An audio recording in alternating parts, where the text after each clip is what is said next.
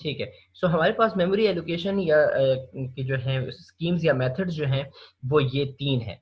एक होता है हमारे पास सिंगल फिक्स पार्टीशनिंग, एक होता है मल्टीपल फिक्स पार्टीशनिंग लेकिन उसमें इंटरनल फ्रेगमेंटेशन का मसला आता है, एक होता है हमारे पास वेरिएबल पार्टीशनिंग लेकिन उसमें एक्सटर्नल फ्रेगमेंटेशन का मसला आता है। और फिर हम इस चीज़ को अवॉइड करने के लिए कोलेसिंग होल्स और कॉम्पैक्शन का कॉन्सेप्ट भी देखते हैं। अच्छा, अब हम जो आज का लेक्चर है हमारा ये वाला, इसमें हम सिंगल फिक्स पार्टीशनिंग और मल्टीपल फिक्स पार्टीशनिंग को देखेंगे। वेरिएबल पार्टीशनिंग जो है ये हमारा नेक्स्ट लेक्चर होगा, ठीक है। अच्छा, सिंगल फिक्स पार्टीशनिंग तो जो है यहीं पे डिस्कस कर लेते हैं। इट्स वेरी सिंपल कि हमारे पास पार्टीशन जो है, जो मेमोरी में हमने रैम में जो पार्टीशन बनाई है दैट इज फिक्स्ड, ठीक है, और सिंगल है, एक है। एक पार्टीशन का मतलब ये हो गया कि दैट इज मोनो प्रोग्रामिंग। जो भी पीछे बात डिस्कस हो रही थी कि एक वक्त में एक ही प्रोग्राम बस होगा रैम में, जो आजकल नहीं यूज होता, ये जो पुराने जमाने की बात है। तो सिंगल फिक्स पार्टीशनिंग में क्या हो रहा है कि आपकी रैम में सिंगल प्रोग्राम होगा, एक ही प्रोग्राम होगा, और पार्टीशन आपकी फिक्स्ड होगी, ठीक है, और उसमें कोई प्रोग्राम आ नहीं सकेगा, बट दैट्स इट, ठीक है। लेकिन इसको ज्यादा डिटेल से डिस्कस करने की इसलिए जरूरत नहीं है कि ये ऑब्सोलीट हो चुका है, आजकल यूज नहीं होता, इसको हम इतना कोई इसकी इंपॉर्टेंस नहीं है। अच्छा, अब हम बढ़ते हैं मल्टीपल फिक्स पार्टीशनिंग पे, ठीक है। अब यहाँ पे नाम से भी जाहिर हो रहा है कि मल्टीपल है, सिंगल नहीं है, ठीक है, मतलब मल्टीपल प्रोग्राम्स इसमें रिजाइड कर सकते हैं। लेकिन एक और प्रॉब्लम आ गई है कि फिक्स्ड पार्टीशनिंग है, ठीक है, जो हम नेक्स्ट लेक्चर में पढ़ेंगे दैट इज वेरिएबल पार्टीशनिंग। ये आप लोग देखेंगे ये सबसे अच्छा है, ठीक है, वेरिएबल पार्टीशनिंग वाला सबसे अच्छा है। लेकिन हमने फिक्स पार्टीशनिंग को भी देखना है कि इसमें क्या ड्रॉबैक्स थे, क्या मसले मसाइल थे, ठीक है। तो चलें इसको अब देखते हैं। ये हमारे पास है फिक्स पार्टीशनिंग मल्टी प्रोग्रामिंग, ठीक है। तो क्या हो रहा है कि each active process receives a fixed size block of memory, ठीक है। Processor rapidly switches between each process, और फिर मल्टीपल बाउंड्री रजिस्टर्स होते हैं विच प्रोटेक्ट अगेंस्ट डैमेज। तो ये सारे पॉइंट्स जो है मैं यहाँ पे आपको पिक्टोरियली जो है एक्सप्लेन कर देता हूँ। ये हमारे पास हमारी कंप्यूटर की रैम है, और रैम है तो ऑपरेटिंग सिस्टम मतलब कर्नल, ठीक है, वो तो हो गई। तो हम ये कह रहे हैं कि 0 से ए तक हमारे पास अब ए कोई भी वैल्यू हो सकती है, ठीक है। यहाँ पे हमने इसको जेनेरिक लिया है, ए बी सी डी, हमने बाउंड्री रजिस्टर्स दिए। जो यहाँ पे ये बात हो रही थी कि मल्टीपल बाउंड्री रजिस्टर्स होते हैं, तो ये बेसिकली यही बात है। ये ए बी सी डी जो है ये हमारे बाउंड्री रजिस्टर्स हैं, ठीक है। और ये शो कर रहे हैं, बाउंड्रीज का शो कर रहे हैं। जैसे मिसाल पार्टीशन 1 को देखें तो ये ए से शुरू हो रहा है, बी पे खत्म हो रहा है, ठीक है। पार्टीशन 2 को देखें तो वो बी से शुरू हो रहा है, सी पे खत्म हो रहा है। तो ये वो बाउंड्री रजिस्टर्स हमारे हो गए। अच्छा, अब हमारे पास जो रैम है उसमें हमारे पास ऑपरेटिंग सिस्टम या कर्नल है। फिर उसके बाद हमने एक फिक्स्ड पार्टीशन बनाई हुई है, ठीक है, एक फिक्स्ड पार्टीशन है। ये पहले से हमने वैल्यूज इसको दे दी हैं। और ठीक है, इसको इमेजिन कर लें कि मिसाल ये 100 MB की है, जस्ट इमेजिन, एग्जांपल में कर रहा हूँ, ठीक है। सो 100 MB की ये है, इमेजिन करें। ये 300 MB की है, और ये फॉर एग्जांपल 500 MB की है, ठीक है। सो 100, 300, 500, जस्ट फॉर एग्जांपल मैं आपको समझा रहा हूँ, मैंने values they the so that आपको जरा समझ आ जाए। अच्छा, अब हो रहा ये है कि हमारे पास जैसे जैसे नई जॉब्स आती है ना, नए नए नए प्रोसेसेस आते हैं, तो हम सबसे पहले उस प्रोसेस को चेक करते हैं कि वो किस पार्टीशन में अच्छे तरीके से फिट इन हो जाएगा, ठीक है। जिस तरह की मैंने एग्जांपल बोल दी कि ये 100 MB है, ये 300 MB है, और ये 500 MB है, ठीक हो गया। अब हो रहा ये है कि हमारे पास एक नया प्रोसेस आया है जिसकी रिक्वायरमेंट है फॉर एग्जांपल 50 MB, ठीक है, 50 MB। तो अब 50 MB वाला जो प्रोसेस है वो यहाँ पे भी फिट इन हो सकता है, यहाँ पे भी फिट इन हो सकता है, और यहाँ पे भी फिट इन हो सकता है, तीनों में फिट इन हो सकता है।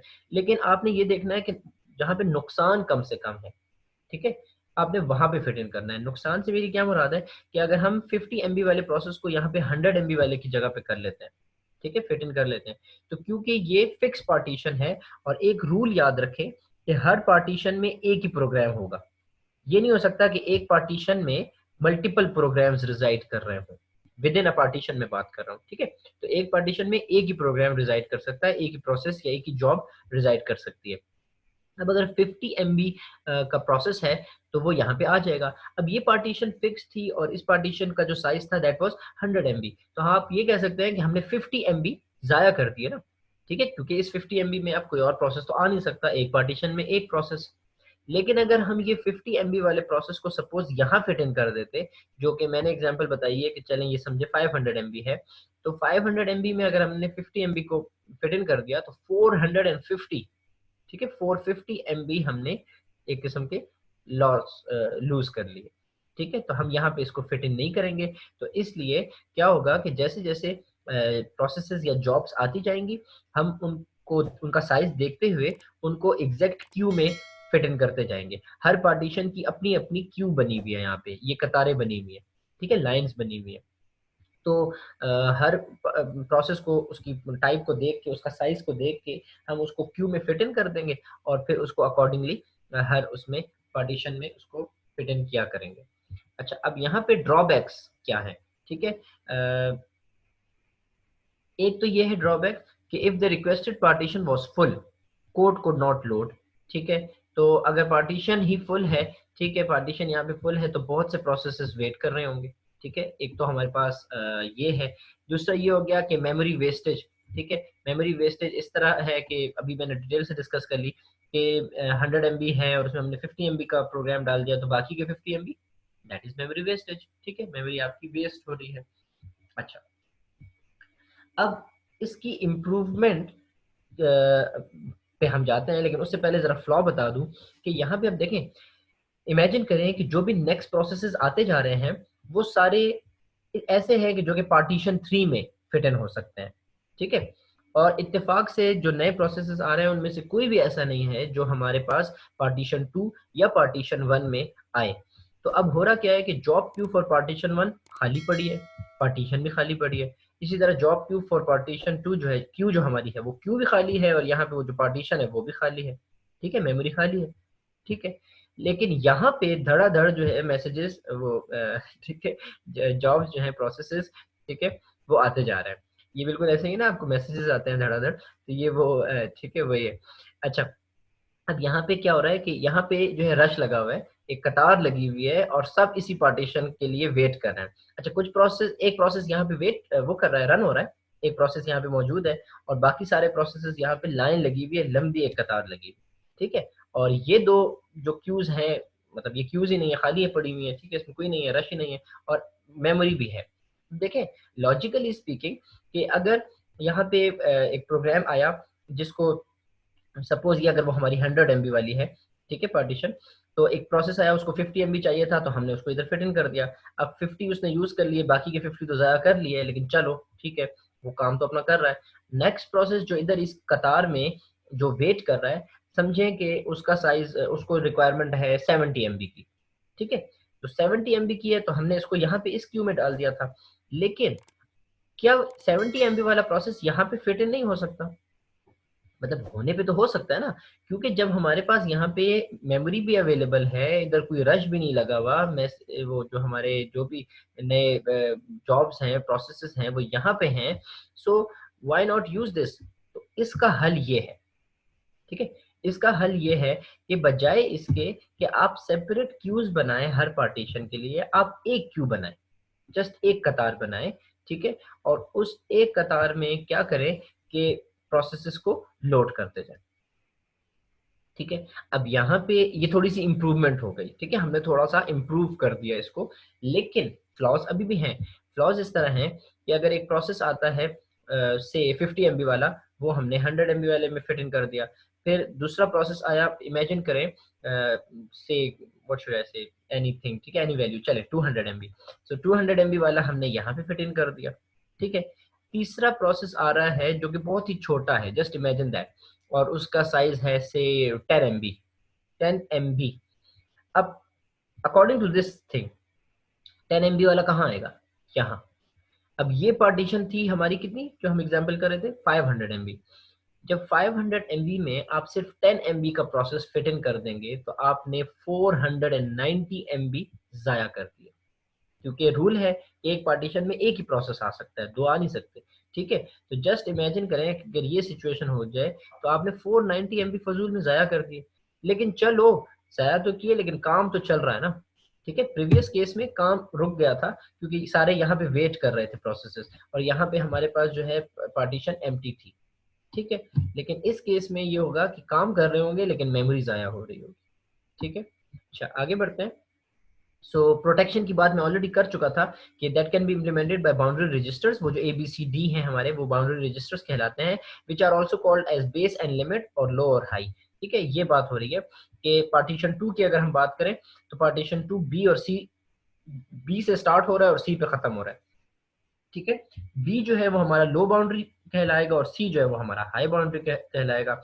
बी को हम बेस भी कह सकते हैं और सी को हम लिमिट भी कह सकते हैं, ठीक है। तो ये डिफरेंट नेम्स हैं जो आपको पसंद आए, base and limit, low and high, तो कुछ भी आप कहते हैं, low and high, base and limit, ठीक है। तो ये बात मैं ऑलरेडी कर चुका हूँ।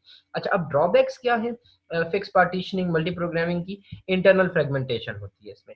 ये जो बीच में विद इन अ पार्टीशन जो हमारे पास मेमोरी की वेस्टेज है, ठीक है, जो भी हमने डिटेल से डिस्कस की कि मिसाल 500 MB की लोकेशन में हमने 10 MB प्रोसेस को फिट इन कर दिया, तो बाकी की जो हमारी 490 MB जो हमने लूज कर दिए, ये जो मेमोरी का वेस्टेज है, इसी को इंटरनल फ्रेगमेंटेशन कहते हैं। इंटरनल का वर्ड इसलिए लगा हुआ है कि that is internal to the partition, ठीक है, पार्टीशन के अंदर इंटरनल हम जो है।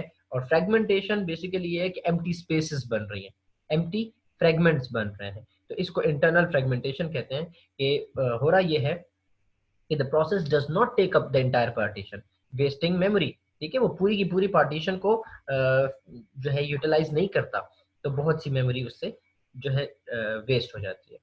सो ये उसकी एग्जांपल जो है कि मिसाल के तौर पे ये पार्टीशन है हमारी, और ये वाइट कलर शो कर रहा है यूज्ड मेमोरी को, और जो शेडेड कलर है दैट इज अनयूज्ड मेमोरी, ठीक है। सो अगर यहाँ से यहाँ तक हम जाए तो ये तो यूज्ड है, ठीक है, लेकिन ये जो शेडेड है पार्टीशन वन के अंदर देखें तो this is memory wastage and this is known as internal fragmentation.